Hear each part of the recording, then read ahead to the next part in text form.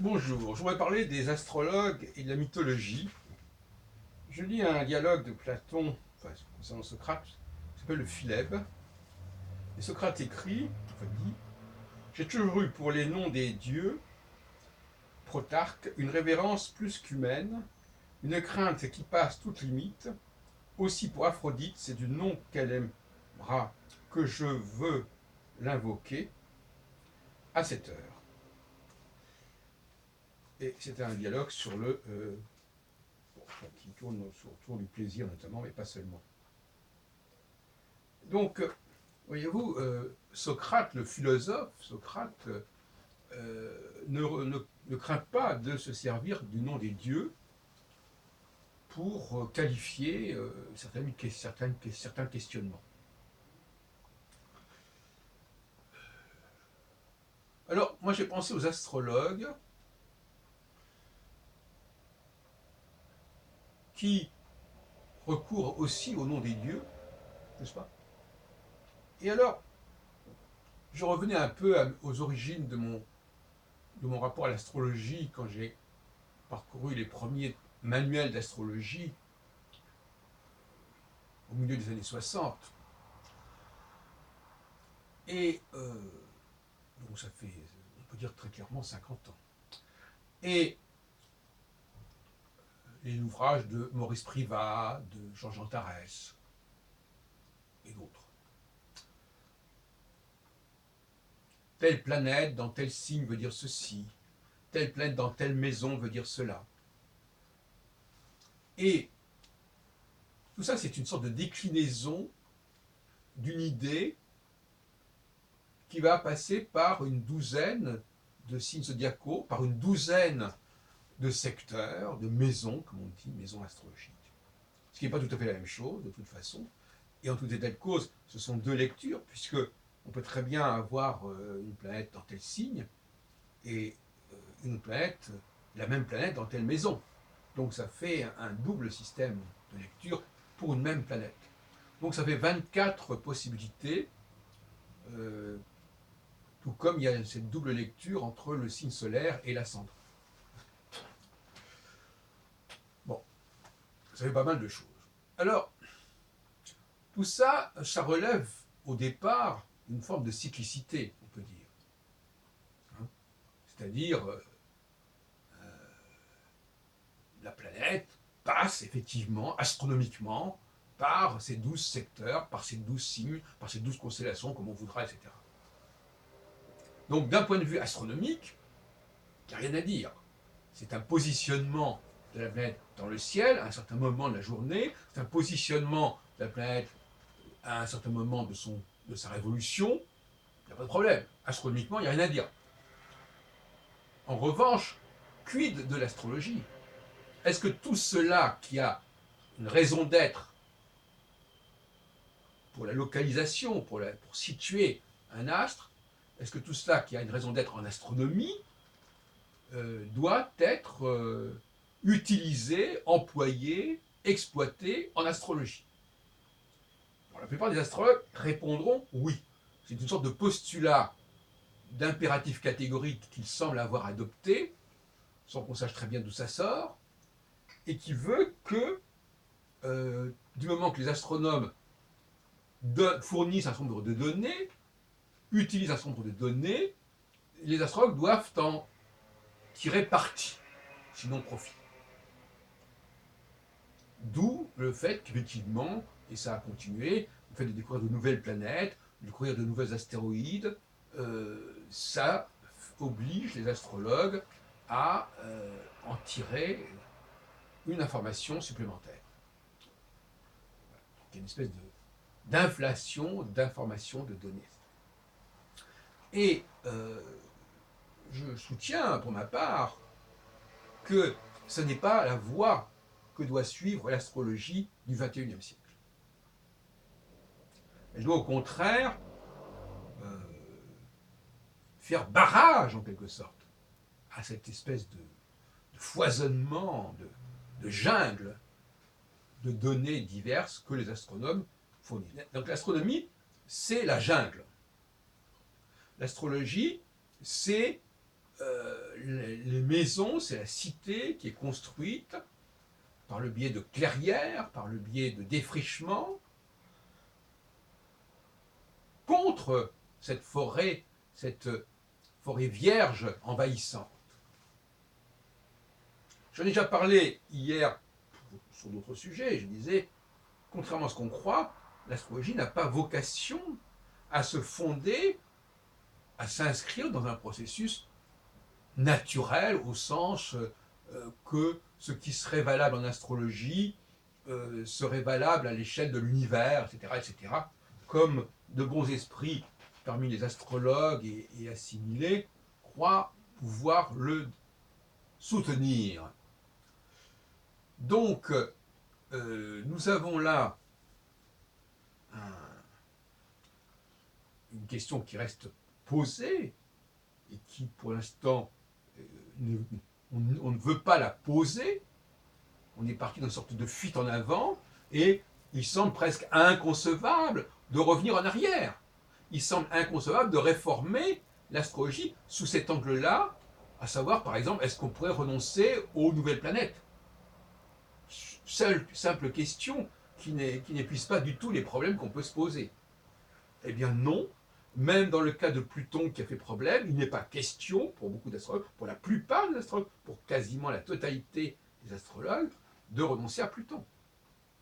Parce qu'ils l'ont intégré dans leur pratique, dans leur langage en fait, c'est ça. Et que, à ce titre-là, au niveau sémantique en quelque sorte, on ne peut plus revenir en arrière. Alors, pour revenir à la mythologie, il est clair qu'effectivement, une planète passe par les données astronomiques, parce qu'il ne faudrait quand même pas oublier que ce n'est pas parce que les planètes portent des noms de dieux ou que les secteurs portent des noms de mythologie, plus ou moins. On pense notamment aux 12 travaux d'Hercule. Ce n'est pas pour cette raison-là que nous sommes obligés, nous astrologues, de nous farcir tout cet arsenal, tout cet attirail, toute cette panoplie symbolique. Il faut faire barrage. Il faut qu'il y ait une muraille, il faut qu'il y ait un lien, une forme d'immunité, un système immunitaire contre cette espèce d'invasion de l'ivraie. Et comme on dit, il faut séparer le bon grain de l'ivraie, comme on dit dans l'Évangile. Donc, nous avons là une exigence que j'appelle antithétique, c'est-à-dire qu'effectivement, la nature, ce n'est pas la structure. Les sciences juridiques ne sont pas construites par rapport à des lois cosmiques. Elles sont au contraire là pour faire barrage à la nature. C'est ce qu'on appelle la civilisation. Qu'est-ce que c'est que la civilisation? Ça vient du mot civi, ce qui veut dire la cité. Et la cité s'oppose justement à ce qui est la barbarie, ce qui est en dehors des limites de la cité, off limits. Et donc, là, je suis pour une astrologie civilisée, et pas une astrologie sauvage, envahissante, qui est une astronomie. Alors, les astronomes sont d'une situation les astronomes, ce sont un peu les pompiers pyromanes, en fait. Parce que ce sont eux qui introduisent et qui utilisent ces expressions. À tel point que même les nouvelles planètes, ils leur ont donné des noms de dieux. Donc ça, c'est leur problème. Qu'ils jouent avec la mythologie, qu'ils jouent avec les symboles, qu'ils jouent avec les légendes héroïques, c'est leur problème. Alors non seulement ils le font, donc ils empoisonnent la vie des astrologues, quand ils sont à la fois astrologues et astronomes. On n'a pas dit assez souvent que finalement, ce sont les astronomes astrologues qui créent une sorte de vase communicant entre l'astronomie et l'astrologie, et qui veulent à tout prix que tout ce qui est astronomique serve à l'astrologie, enrichisse, entre guillemets, l'astrologie. Donc, ces pompiers pyromanes sont les mêmes qui vont se charger de la critique de l'astrologie.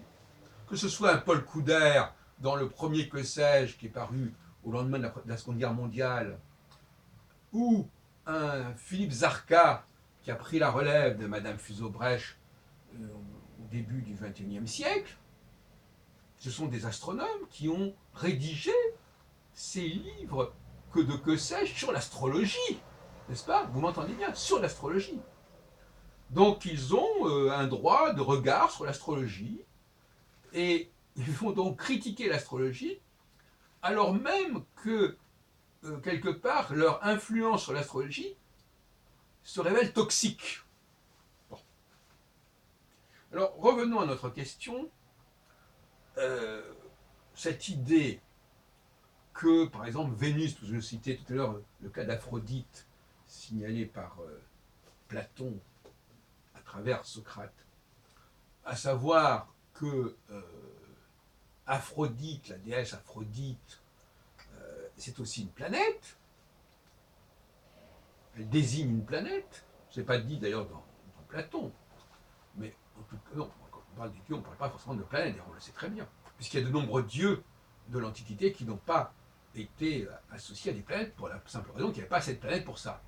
Il a fallu découvrir de nouvelles planètes au XVIIIe, XIXe, XXe siècle pour que certains dieux qui avaient été mis de côté, comme Neptune, Pluton, notamment les deux frères de Jupiter, se retrouvent dotés enfin d'une planète. À telle enseigne que beaucoup d'astrologues aujourd'hui, ils omettent quasiment de nous dire que ce sont des nouvelles planètes et que pendant une très grande partie de l'histoire de l'astrologie, ces planètes, ces dieux n'avaient pas pignon sur eux, astrologiquement, ni astronomiquement d'ailleurs.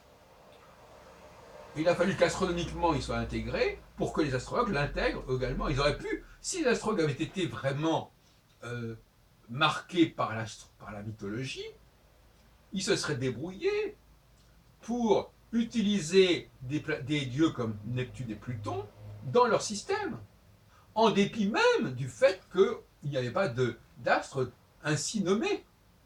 Mais il aura fallu qu'ils attendent que ces dieux, que des planètes soient découvertes en 1781, en 1846, en 1930, pour qu'ils les intègrent. Mais c'est complètement fou.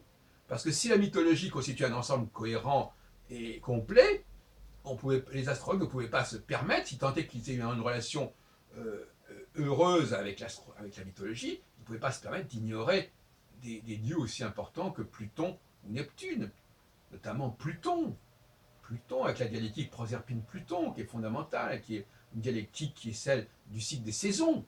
Voyons donc, c'est pas possible. Et d'ailleurs, un Manilius, un siècle à peu près avant Ptolémée, utilisait les noms de ces dieux en rapport avec les signes zodiacaux, sans considération du fait qu'ils étaient ou non liés à des planètes.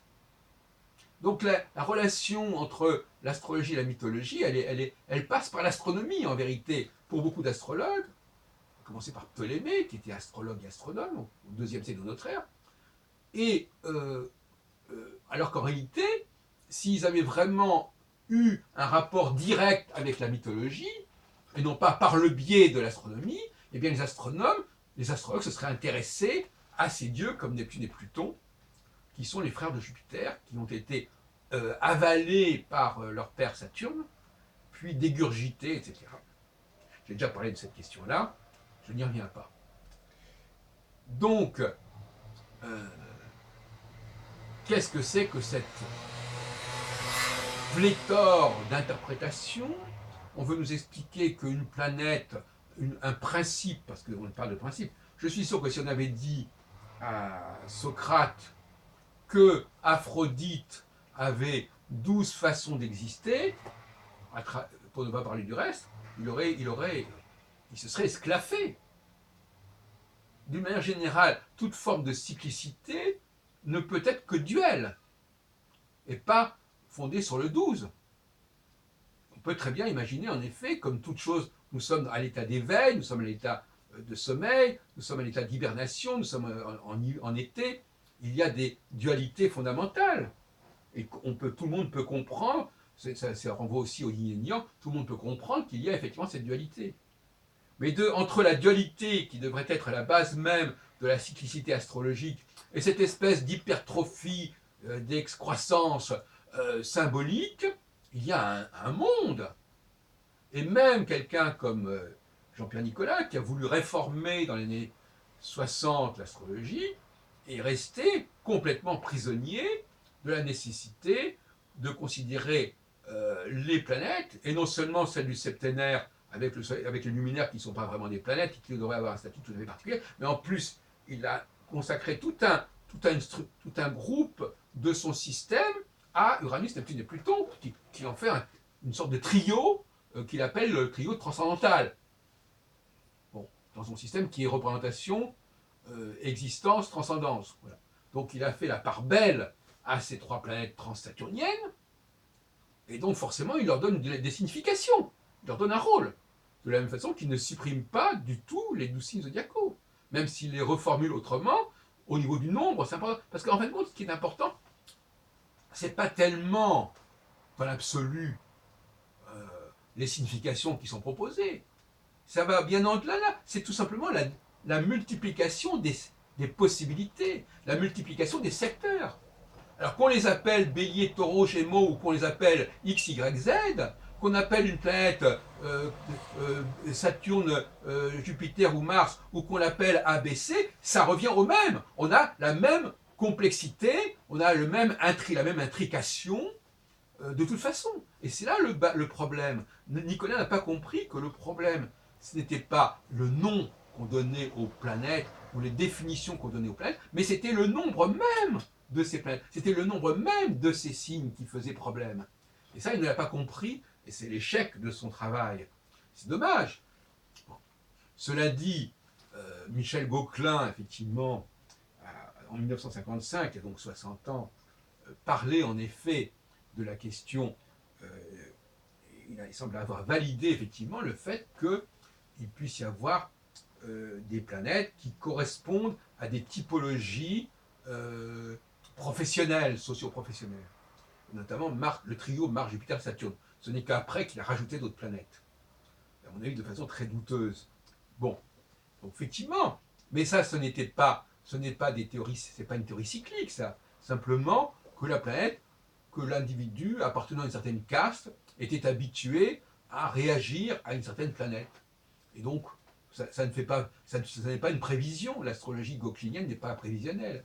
L'astrologie gauquelinienne, elle n'est cyclique que d'un point de vue astronomique, mais elle n'a aucune compétence et aucune qualité à faire des prévisions cycliques. Hein, bon. Entre parenthèses, je rappellerai que chez Ptolémée, le premier livre de Ptolémée consiste à déterminer le sexe de ce qu'on doit apprendre de l'enfant qui va naître. Ce qui veut dire qu'en fin de compte, c'était une astrologie qui n'était pas génécliaque comme on le croit, mais qui était pré-génécliaque. C'est-à-dire qu'il s'agissait de savoir, avant même la naissance de l'enfant, ce qu'il fallait en penser. Parce qu'une fois qu'il est né, l'enfant, on n'a pas besoin de l'astrologie puisqu'on le voit. Vous voyez bien que tous ces travaux de description de l'enfant ne font sens qu'avant la naissance. Ça, les astrologues ne l'ont pas compris. Bon, donc, oui, il n'y a aucune raison de charger l'astropsychologie de tout cela. Alors vient André Barbeau qui nous dit, oui, mais finalement, cette complexité du thème astral, c'est quelque chose qui nous indique la vocation de l'astropsychologie, qui nous indique que l'astropsychologie a vocation à comprendre la complexité du psychisme humain. Voilà la grande découverte, le Eureka d'André Barbeau. C'est pas ce qu'il a fait de mieux, il faut dire ce qu'il en est.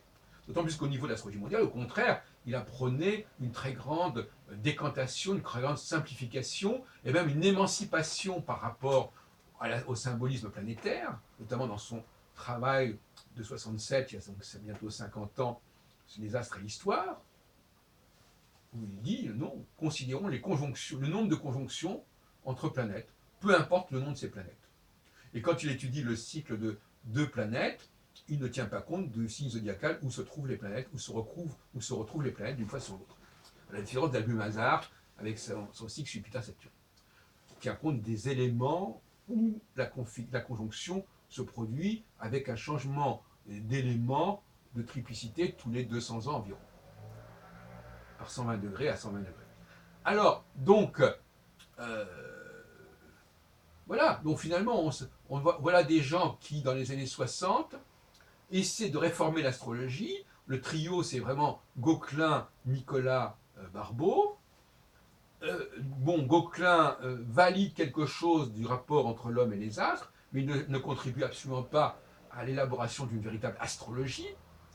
Euh, Nicolas veut transformer, repenser les significations des planètes et des signes, mais il ne veut pas, il ne cherche aucunement à en diminuer le nombre, aussi bien de signes que de maisons ou que de planètes. Et quant à Barbeau, son apport le plus intéressant, c'est effectivement en astrologie mondiale, puisqu'on a dit ce qu'on pensait tout à l'heure de l'astropsychologie, dans son livre de la psychanalyse à l'astrologie, paru en 61 au Seuil. Quant à Barbeau, eh bien finalement, dans son système à 5 planètes lentes, il y en a 3 qui sont des transsaturniennes, donc quelque chose qui n'existait absolument pas dans l'Antiquité. Et cette espèce de salade de ces 5 planètes, pour moi, ça n'a aucune valeur pour autant. Je veux dire, c'est très clair. Ça n'a aucun sens de mélanger comme ça les planètes entre elles pour faire ressortir une résultante. Alors c'est ça qui est amusant, et je terminerai là-dessus, c'est la notion de dominante ou de résultante.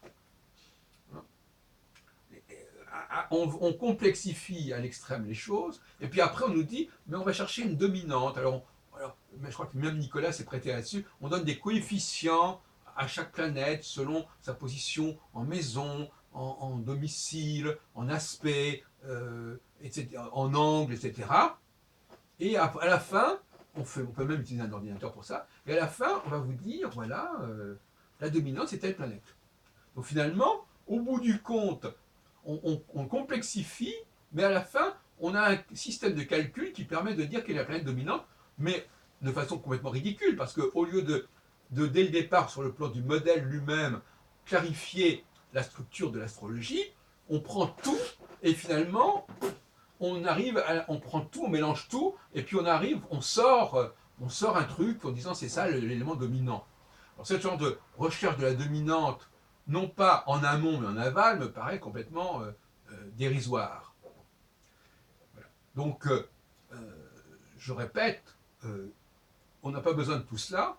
Et évidemment, bon, moi je suis allé très loin dans ma démarche, puisque j'en suis arrivé à la conclusion qu'on pouvait se contenter d'une seule et unique planète, d'abord, et que, alors à la limite, si vous voulez, à la limite, hein, en tant qu'historien d'astrologie, je dirais, à la limite, on pourrait éventuellement imaginer qu'à un moment donné, on ait considéré une seule planète, c'était d'abord probablement la Lune, qui est un marqueur. Quand on prend une seule planète, ce n'est plus la planète sur le plan mythologique. C'est une planète qui est un marqueur. Quand on dit par exemple que quelqu'un est né sous le Sagittaire, il a le Soleil en Sagittaire, mais ce n'est pas la valeur du Soleil. Le Soleil est un marqueur. Ou la Lune dans tel signe, en Inde par exemple, c'est un marqueur. Ça ne veut pas dire qu'il n'y a pas un phénomène de psychologie lunaire ou psychologie solaire, ce sont des marqueurs. Et quand on dit que Saturne est important dans ma théorie à moi, ce n'est pas Saturne sur le plan symbolique, c'est un marqueur. C'est-à-dire qu'il marque, il désigne, comme une aiguille dans une montre, il désigne à un moment donné le point intéressant, mais lui-même est un élément neutre. Ces planètes sont des éléments neutres, c'est déjà une première confusion, c'est de ne pas comprendre que la planète est un élément neutre qui désigne tel et tel secteur, mais qui en elle-même n'a pas de signification. Et à partir de ce moment-là, eh bien, il suffit d'une seule planète. Eh oui, puisque la planète est un élément neutre, un vecteur, ce qui va créer la diversité, c'est parce que ce vecteur va désigner successivement, comme dans une roulette, tel et tel chiffre, tel et tel secteur. Donc vous voyez bien, dès qu'on parle de neutralité d'une planète, ce qui à mon avis est une très bonne idée, à ce moment-là, on n'a pas besoin de 36 planètes, puisque de toute façon, ce ne sont pas les planètes qui signifient. Les planètes ne font que relier, que désigner un point. Donc, si vous voulez,